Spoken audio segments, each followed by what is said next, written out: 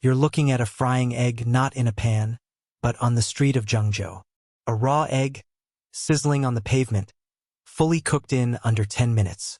Corn left in the sun has literally turned into popcorn. People's flip-flops stuck and melted on the overheated asphalt. The pavement is so hot it burns through rubber. This is not fiction. This is not a stunt. This is China boiling alive. A brutal, relentless heat wave is scorching the country, turning cities into ovens and daily life into survival mode. In dozens of cities, air conditioners are failing, hospitals are overwhelmed, and millions are trapped in concrete furnaces. Tragedies are piling up. Migrant workers collapse in silence. Elderly die alone. And government officials? They call it a slightly warm summer. Behind the propaganda curtain lies a nation in distress. Melting roads, burning forests, and drying rivers. China is cooking from the inside out. Power grids are crashing. Tap water is running dry. Food is rotting before it reaches the markets. What happens when 1.4 billion people face temperatures their cities were never built to survive? In this episode of China Panorama, we reveal the brutal truth behind the headlines, the heat China doesn't want you to see. From scorching sidewalks to censored social media, from melting shoes to melting systems, this is not just climate change. This is collapse 1 degree at a time. This is not just a summer heat wave. This is a national furnace. Since early June, over 110 cities across China have recorded temperatures above 100 degrees Fahrenheit. And it's only getting worse. Beijing reached 106 degrees Fahrenheit. Wuhan 108 degrees Fahrenheit. Chongqing 113 degrees Fahrenheit. These are not just numbers. These are survival thresholds. In multiple cities, the feels like temperature, factoring in humidity, is soaring above 120 degrees Fahrenheit. That's classified as extremely dangerous by global standards. For the human body, it means dehydration, organ failure, death. China's major rivers, lifelines for agriculture, industry, and power are vanishing.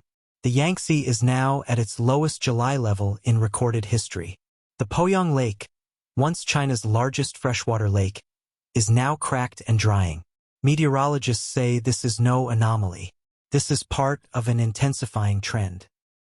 The China Meteorological Administration reports that since 1990, the country has been experiencing more frequent, longer-lasting, and deadlier heat waves every decade. 2025 has already broken all national records, not just for temperature, but for duration. In some provinces, extreme heat has persisted for over 30 straight days. No rain, no wind, no relief, and it doesn't end when the sun sets. In cities, nighttime temperatures remain dangerously high, above 90 degrees Fahrenheit, turning buildings into radiators. There's no escape.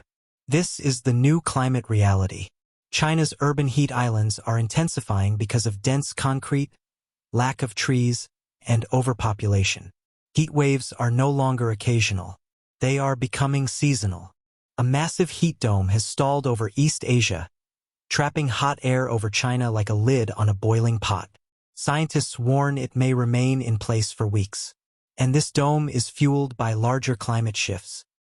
Arctic jet stream distortion, El Niño conditions, and carbon emissions spiraling out of control. This isn't just a China problem. But China, with its dense cities, massive industrial output, and fragile water systems, is uniquely vulnerable. To survive, some cities have started spraying roads with water. Others have ordered construction halts.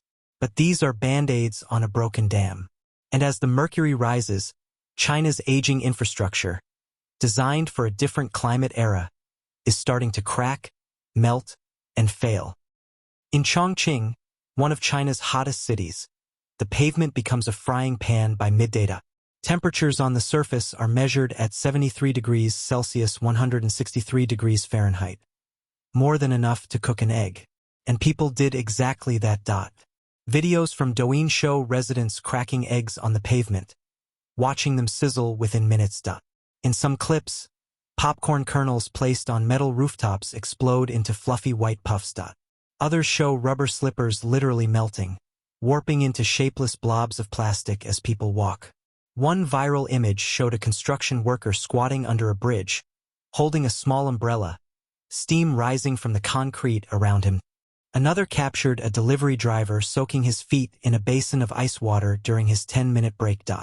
Outside a shopping mall in Nanjing, children ran through mist machines installed by the city, while elderly citizens collapsed from heatstroke nearby. Even inside air-conditioned buildings, the heat is oppressive. Power shortages mean rolling blackouts are becoming common, leaving malls, restaurants, and even hospitals without steady electricity. Elevators stall mid-floor, oxygen machines cut off, fans stop spinning. In the suburbs, rice paddies dry into cracked earth. Dead fish float belly up in once fertile ponds. Crops wilt in the fields as irrigation canals run dry.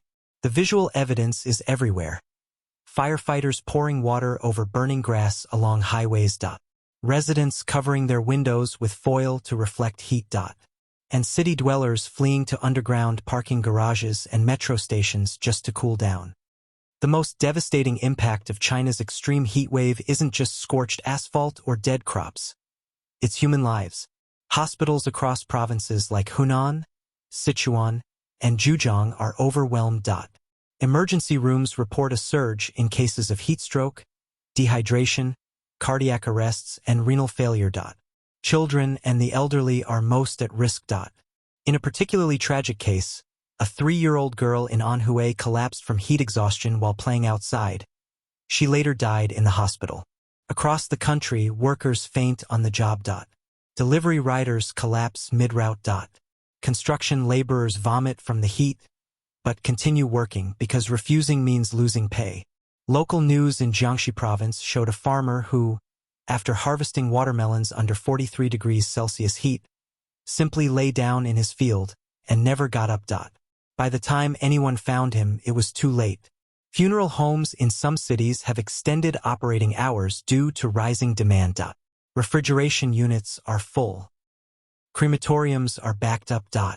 And yet, state media remains largely silent. Instead, news outlets focus on the resilience of the people, not the death toll. Social media tells another story.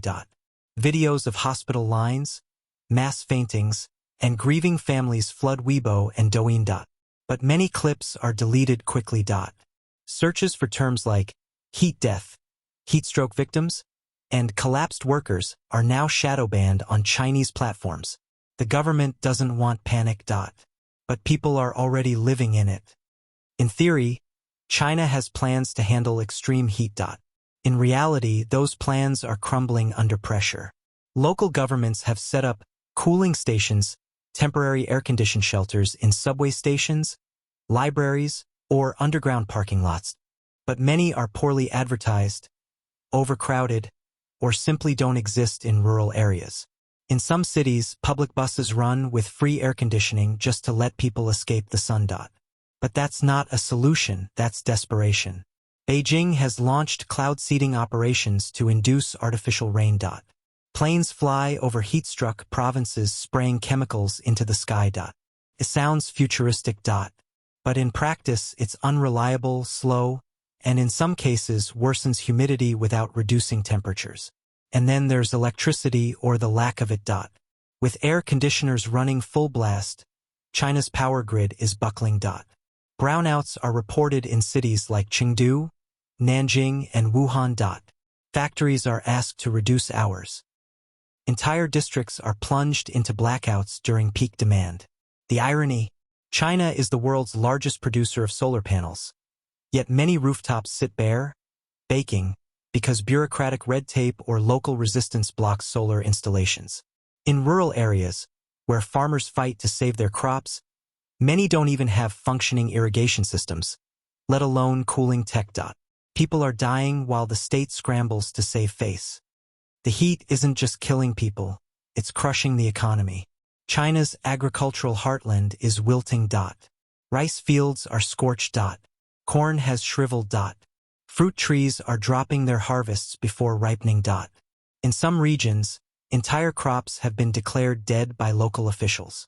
And farmers, They're left to watch everything burn and rot under a merciless sun. No compensation. No insurance. Just debt. Livestock are dying from heatstroke. Pigs collapse in overheated barns. Fish farms are seeing mass die-offs as water temperatures spike. In the factories, it's not much better. High-tech assembly lines in eastern China have slowed down or stopped entirely due to rolling blackouts. Employees faint at work. Machinery overheats and breaks. Even air-conditioned offices can't keep up. And retail. Empty malls.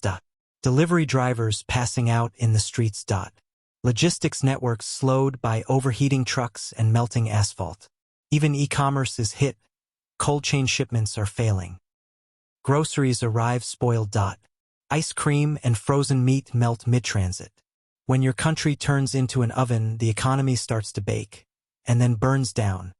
Here's the scariest part. This isn't a once-in-a-century freak event. Scientists warn that China's heat waves are becoming longer, hotter, and more frequent, fast. In 2023, there were 17 major heat waves. In 2024, 25, and now in 2025, it's off the charts. Climate models once predicted this kind of extreme weather by 2050. Now, it's already happening 25 years early. One study from the Chinese Academy of Sciences confirms the East Asian summer monsoon is weakening. That means less rain, more stagnant air, and an increase in deadly heat domes. Another report shows that urban areas in China are becoming heat islands, where temperatures stay dangerously high, even at night. Why? Overdevelopment. Concrete jungles. Lack of trees. And outdated infrastructure that traps heat like a greenhouse. What we're witnessing is not an isolated heatwave. It's a climate transformation. And it's happening right now before our eyes.